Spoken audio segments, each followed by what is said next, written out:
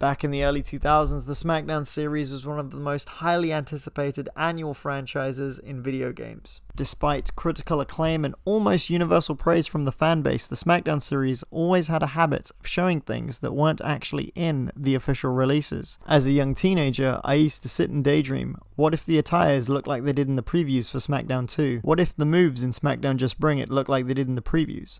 What if the season mode in Smackdown Shut Your Mouth looked like it did in the previews? What if the characters were never removed in Smackdown Here Comes the Pain? What if I could move all of Smackdown Shut Your Mouth's characters into Here Comes the Pain? So for the past 4.5 years, almost 5, I've been adding, re-adding, and improving the first 5 original Smackdown games, the first 2 Smackdown vs. Raw games, and the Xbox and GameCube games, which we'll hopefully get to later. I'm Scott J, and this is Rebuilding Smackdown, Episode 3, Smackdown Shut Your Mouth. November 18th, 2001, WWF Smackdown Just Bring It was released in North America and across Europe 2 days prior. Unlike its predecessor, however, less than a month after its initial release, fans began to voice their displeasure with the game, citing problems with the game's extremely short story mode, smaller roster, aggressively long load times, and a general feeling that the game was out of date, even causing some fans to go back to the year prior's game, WWF Smackdown 2 Know Your Role, or even dig back out their Nintendo 64 and go back to WWF No Mercy. Now, as we covered in the previous episode, Ukes might not be entirely to blame for this, with decisions being made for them to scrap the traditional season mode in favor of story mode, and missing their initial release window that was similar to Smackdown 1 instead of releasing in the fall. But this doesn't change the fact that THQ and Ukes failed to stick the landing at their first attempt on a game on a next-gen console, especially in a year where they ran virtually unopposed. It would be different this year, as WWF Raw for Xbox was due out, WWF WrestleMania 18 for the Nintendo GameCube was also due out, EA had announced that they are going to do a wrestling game of some sort, as well as the sequel to Legends of Wrestling, which came out straight after Smackdown Just Bring It. Amongst the myths of fans eyeing over the Xbox, checking out WWF Raw and seeing whether it was better or a big disappointment, as well as others clicking videos every day, trying to find new information on WWF WrestleMania 18, soon to be WWE WrestleMania 18 at this point. Everyone's eyes were fixated solely on the GameCube's WWE WrestleMania 18. That was, however, until May 12th, 2002, where THQ opened a site and showed off their first trailer for WWE Smackdown Shut Your Mouth. Set to the backing track of then current Raw theme across the nation, fans rejoiced at getting to see their first look at series newcomers Booker T and Diamond Dallas Page, as well as new character models for The Rock, Triple H, Stone Cold Steve Austin, and other WWF faithful. The trailer showcased far superior character models to that of Smackdown Just Bring It, fully rendered pay-per-view arenas from WWF and WWE events of the past year, as well as numerous scenarios and scenes from the game's season mode, highlighting title entrances and title victories, superstar voiceover with Steve Austin emphatically saying "What?", a full-sized Hell in the Cell with The Undertaker choke-slamming Edge off the top of it, and various hijinks that seem to cover the past year and a half of WWF/WWE TV. The trailer was a rousing success, being the talk of classrooms, internet forums, or anywhere pro wrestling was enjoyed. Following the release of the trailer, the press were treated to promotional materials a few days later. Included with the standard press release and screenshots was an extended version of the trailer, which featured and confirmed a few more wrestlers for the game, such as the Hardy Boys and Shawn Stasiak. Now, when going over this press release for this video, I noticed 3 things that stood out to me. Number 1, when THQ confirmed the NWO, they mentioned Scott Hall. But Scott Hall likely didn't make it into this game due to the fact that a month after this press release was out, he was released from the company. Number 2, they said both announced teams would announce their respective brand. So JR and the King for Raw and Michael Cole and Taz for SmackDown. Luckily this didn't make it into the game and we just have JR and the King. The third thing was a password system for your creator wrestler. Basically, if you created a wrestler and wanted to share it with a friend or share it online, you would simply have a password which you would put and post. Basically, and then when you typed in the password, that creator wrestler would be made just as the creator had made it, without you having to copy a formula and follow the steps. I don't know why this never made it in. This was something that THQ and Yuke's had both talked about for several games after that. But then with the introduction of online play and being able to download creator wrestlers, that probably nullified the need for the password system. Over the coming days, there will be a multiple of questions surrounding the game, hopefully to be cleared up at this year's E3.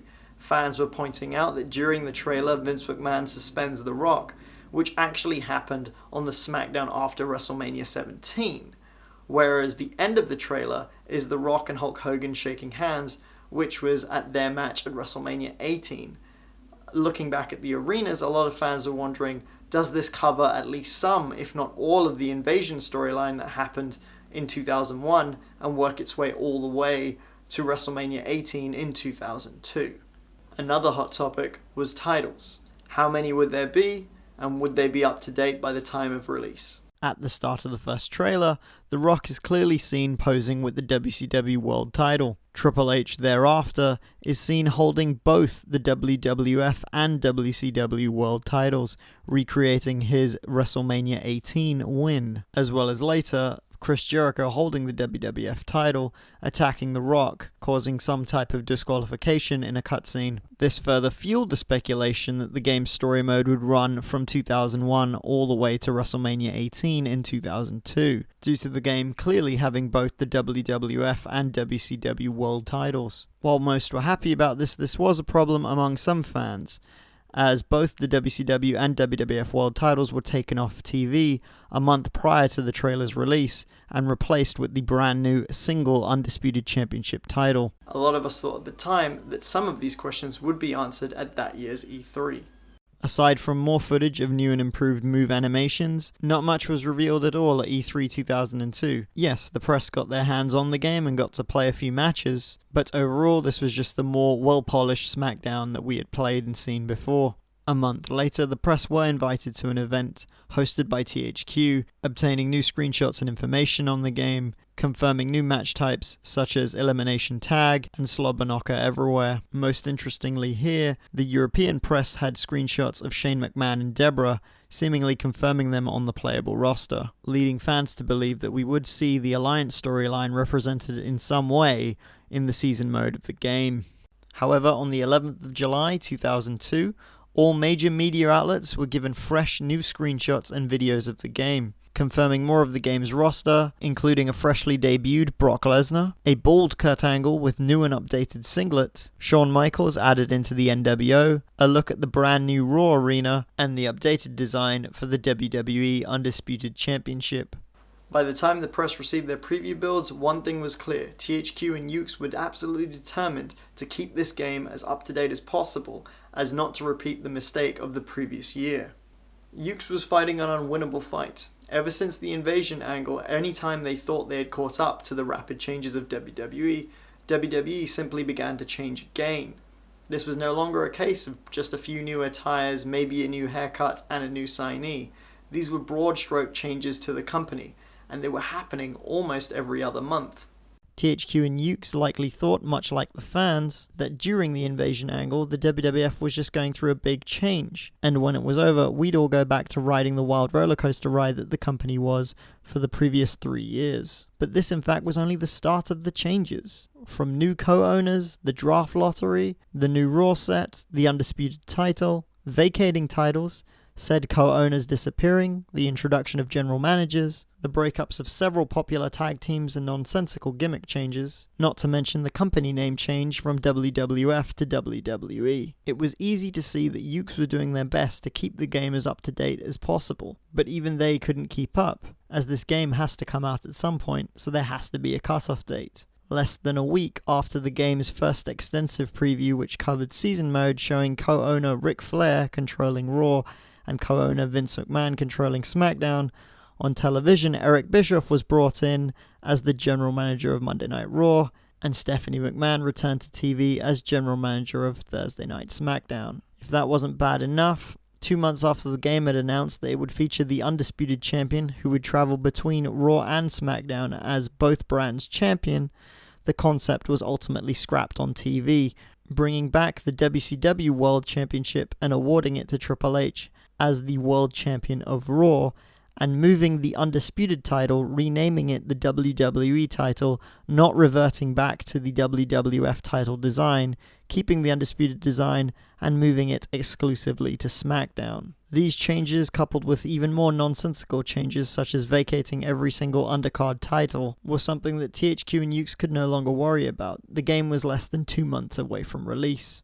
On November 13th, 2002, SmackDown Shut Your Mouth was released, and the effort that THQ and Yuke's had both put into the title had not gone unnoticed, what with trying to keep the game as up to date as possible prior to release, as well as answering a lot of fan criticism over the previous title. The game received favourable reviews and was generally well praised and liked across the board.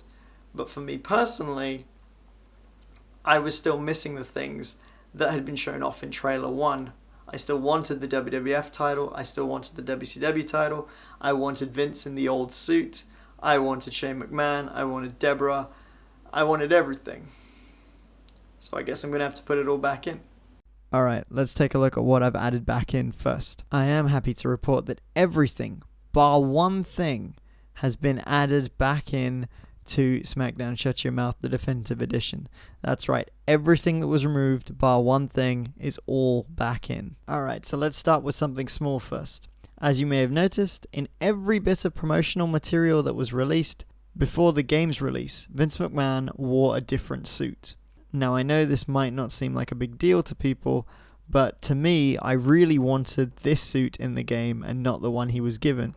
Fun fact, the actual release suit was moved over onto SmackDown Here Comes the Pain, the Definitive Edition, just so then that SmackDown Shut Your Mouth, SmackDown Here Comes the Pain, and SmackDown vs. Raw, Vince now has a different suit each game. Okay, now let's look at removed characters. Sticking with the McMahons, Shane McMahon returns complete with his renders, his Titantron, and his music, along with Deborah, who also makes her return sporting her Alliance gear, complete with render, Titantron, and music. Speaking of renders, all renders from the earliest preview build that I have been added back into the game, such as Hollywood Hogan still sporting his NWO renders, Kurt Angle with somewhat a full head of hair, Rob Van Dam, and a few others. You might notice 1 or 2 new characters as well. And while I won't spend too much time on music and Titantrons due to YouTube's copyright laws, I will say all removed music from the preview versions, such as Brock Lesnar's Enforcer theme,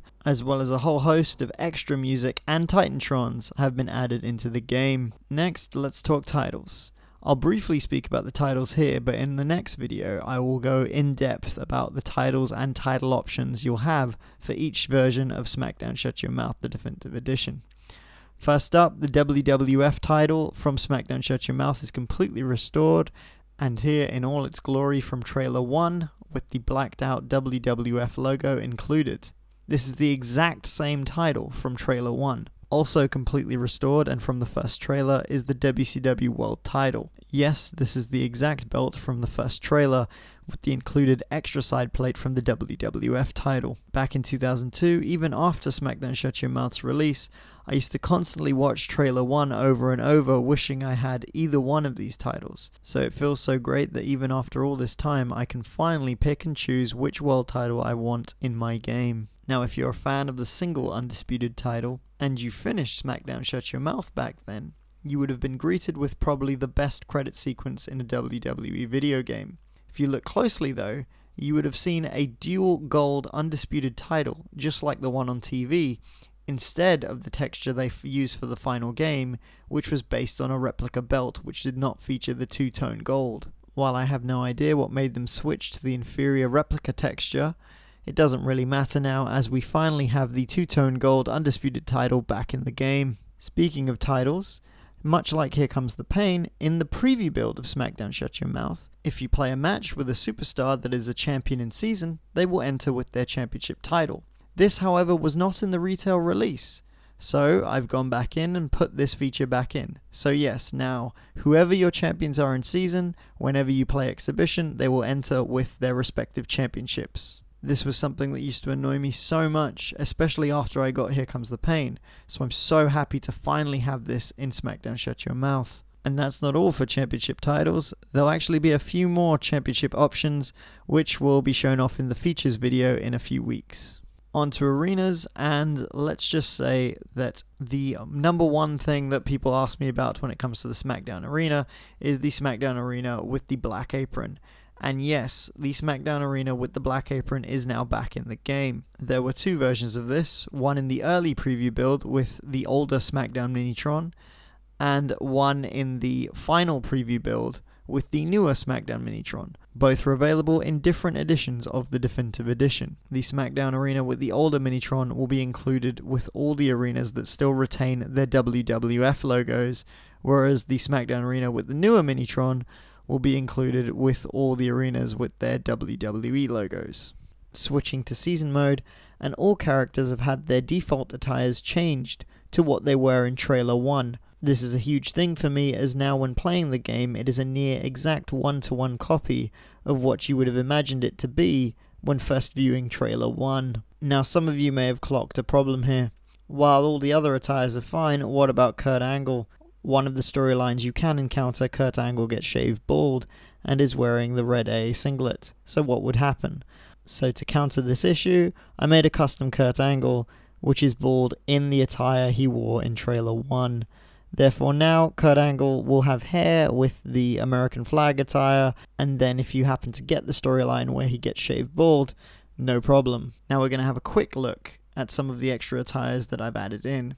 As you've seen before, I've been going crazy with adding attires to Smackdown Shut Your Mouth. So much so that the attire variants will have their own versions. So basically, there will be an attire pack for 2001 to 2002, 2002 to 2003, as well as a hybrid 2001 and 2002 pack, which starts from Judgment Day 2001 all the way to SummerSlam 2002. And if you're wondering, will this affect your title choices or anything else, such as arenas, not to worry.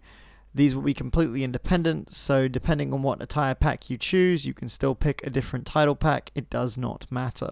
For a full list of all attires, the roster, and everything else I've added into Smackdown Shut Your Mouth, please stay tuned for the features reveal video, which will be in the same vein as the roster reveal video I did for Smackdown Here Comes the Pain. I've also added remove moves from Smackdown 2 and Smackdown Just Bring It, just like I did for Smackdown Just Bring It, the Definitive Edition. Now on to the one thing that I haven't actually been able to acquire yet. In the US preview build, Kurt Angle still had his wig as an entrance attire. This would have been an awesome addition to keep in, but unfortunately, on the European preview build and on the retail release disc of all versions, Kurt Angle only has the textures still on the disc, and there is no model file for the wig. However, I am expecting to get a preview build from the US of Smackdown Shut Your Mouth, so hopefully that contains the wig, and I'll be able to put it back in the game on a later version. And there you have it. Everything that was removed from the game is now put back in, minus the wig, but I promise we'll get that soon. Now I know what you're wondering. Where's the list of all the attires you've made? What about Titantron's extra music, extra renders, and maybe other things I have or haven't put in? Well, much like Here Comes the Pain that got its own roster reveal video, Smackdown Shut Your Mouth will get a similar reveal video which will showcase all the attires that I've made, showcase other things such as renders, music, and Titantrons, and even something else that I've been working on for the Creation Suite, which will broaden what you can do with the game. Now expect this video in about 2 weeks, maybe at the end of November. Reason being because 2 days ago it was announced that here in the UK we're going to be having an election. So I'm basically going to be door knocking and campaigning, trying to help decide that I want to win that election. So I'm going to be a little busy for the next couple of weeks. But don't worry, I'm still working hard on all these projects. Okay, if you enjoyed this episode of Rebuilding Smackdown, please hit that like button. And if you haven't already, please subscribe to the channel. You'd be surprised at how many people watch these videos and aren't actually subscribed to me. So please do, it really helps me out. And until next time guys, solidarity and take care.